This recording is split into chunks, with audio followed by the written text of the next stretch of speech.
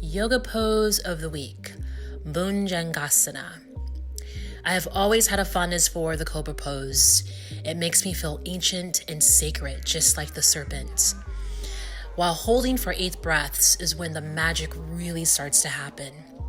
And if you don't stay focused, this pose will conquer you.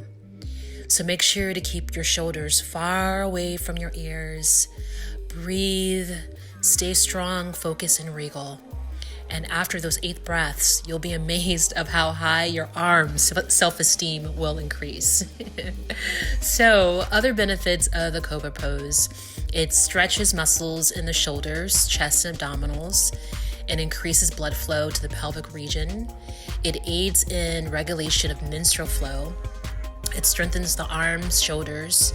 It elevates your moods, and it firms and tones your buttocks. And finally, it invigorates the heart. So go ahead and give this a shot. Again, make sure that your low back is nice and warm before doing this pose, and enjoy. Okay, I'll look forward to seeing you next week. Peace.